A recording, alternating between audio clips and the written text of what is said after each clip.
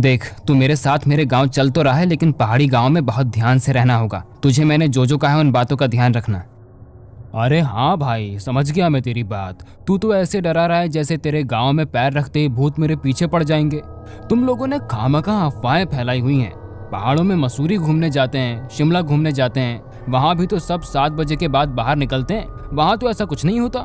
हाँ, लेकिन ये शिमला मनाली नहीं है। पहाड़ों के गाँव और उन जगहों में बहुत फर्क है। अब गाड़ी में बैठ जा, हमें अंधेरा होने से पहले गाँव पहुँचना है। मनीष उत्तराखंड के छोटे से गांव से आया था और दिल्ली में रहकर एक अच्छी नौकरी कर रहा था। बहुत टाइम बाद वो अपने घर वालों से मिलने जा रहा था। उसका दोस्त गौरव भी उसके साथ उसके गांव आकर गांव की खूबसूरती देखना चाहता था। वो दोनों सुबह ही गांव के लिए निकल गए ताकि शाम के 7 बजे से पहले गांव पहुंच जाएं।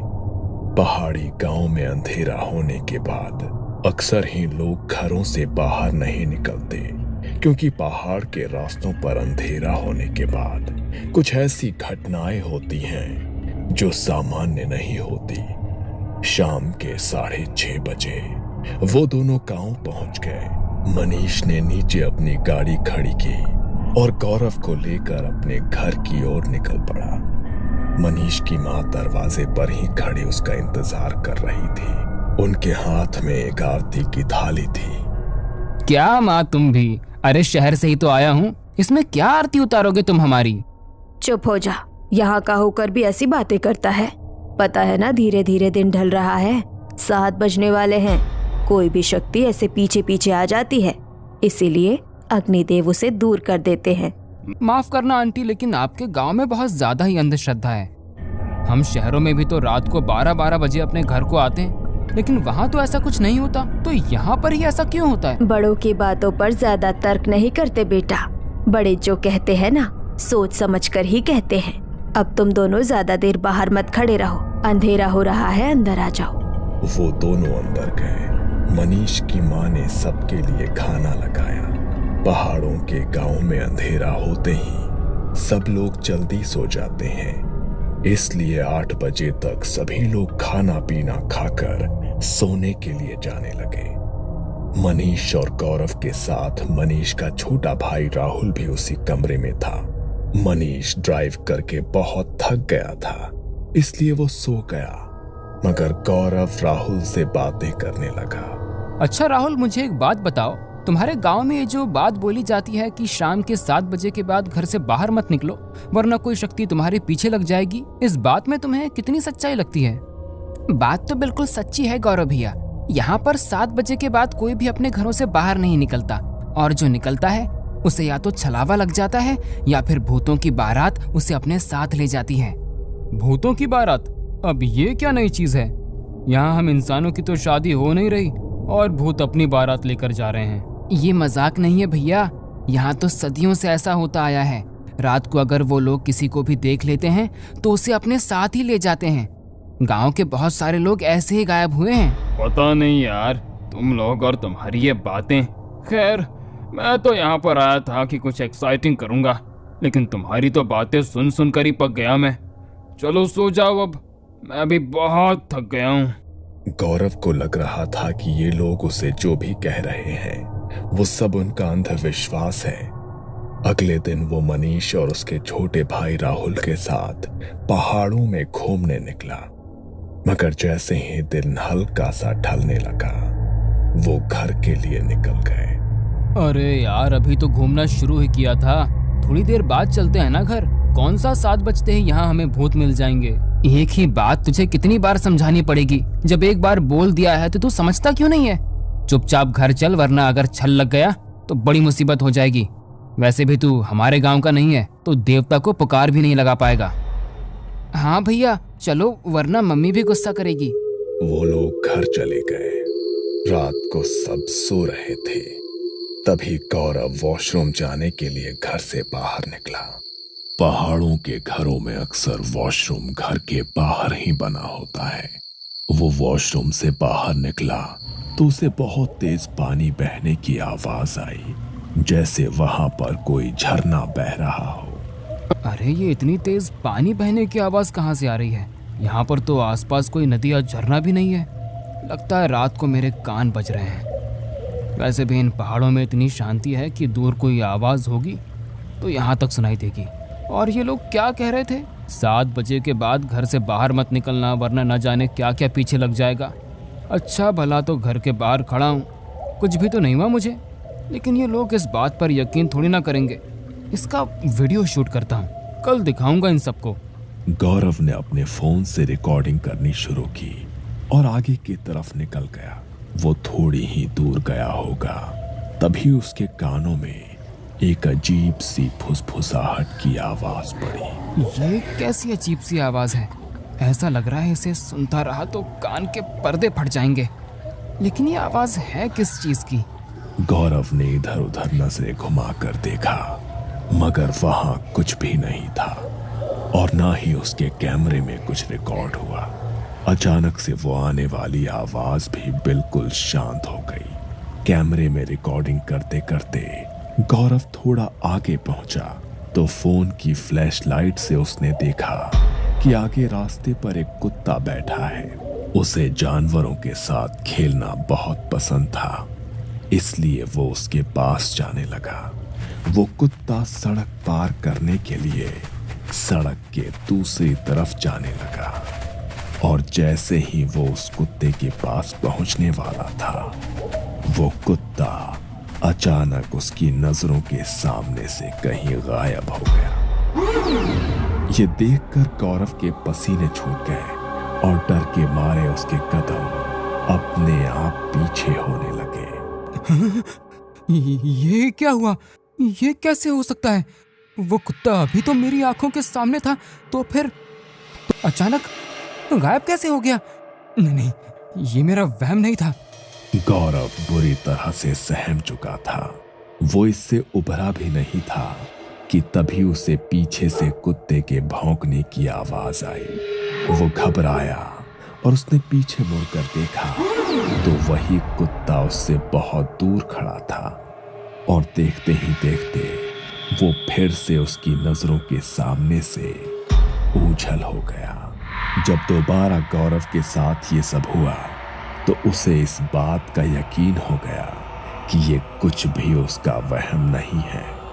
डर के मारे वो बुरी तरह कांप रहा था, मगर उसने हिम्मत जुटाकर भगवान का नाम लिया और उल्टे पांव घर की तरफ चलने लगा। सब लोग ठीक ही कह रहे थे कि 7 बजे के बाद घर से बाहर निकलना ठीक नहीं है। जिन चीज़ों के बारे में आज तक मैंने सिर्फ सुना था, आज उससे सचमुच मेरा सामना हो ही गया। कहीं वो मेरे पीछे तो नहीं आ रहा होगा? हे भगवान, मेरी रक्षा करना।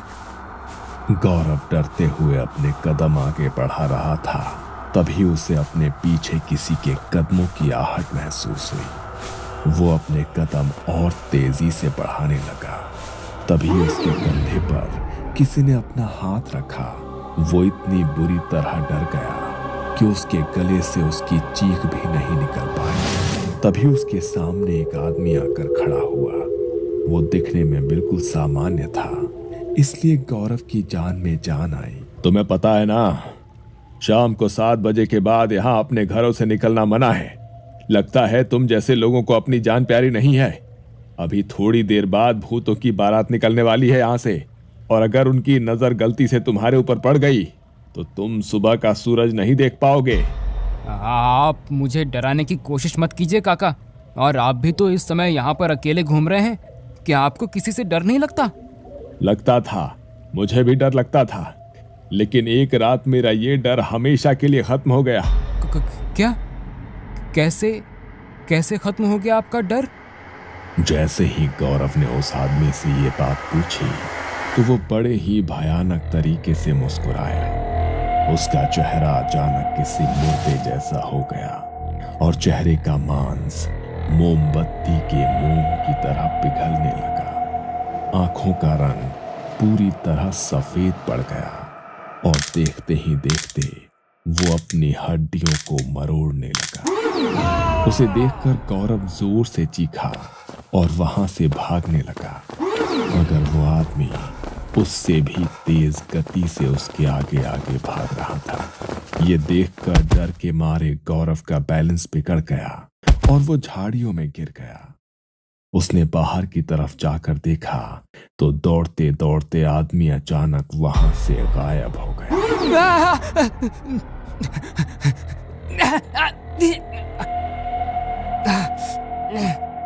मैंने ये क्या कर दिया?